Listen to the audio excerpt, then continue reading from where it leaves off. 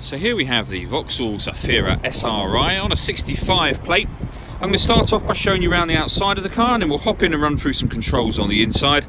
From the outside you can see it's a 5-door car with alloy wheels and tinted windows.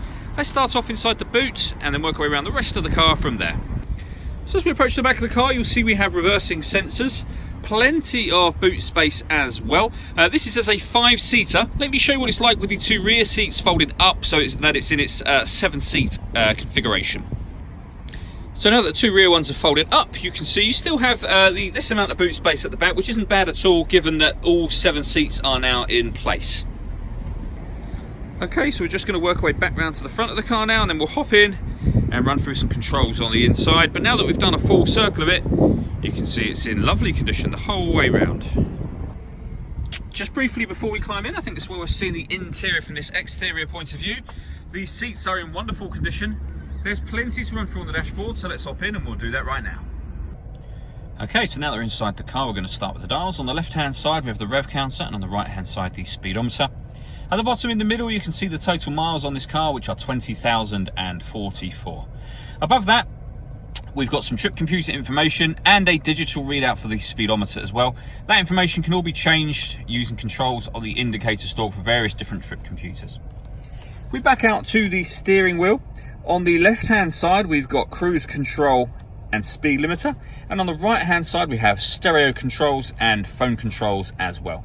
Of course you can only use the phone controls once you pair up your phone, and that is done using the stereo over in the centre just here. So before we come back to the phone, you can see this car's got DAB radio.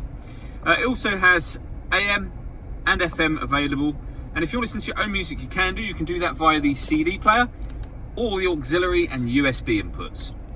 All of those are accessed just here, and you've got the main volume for the stereo at the top here. This button is the button you would press when you want to pair your phone.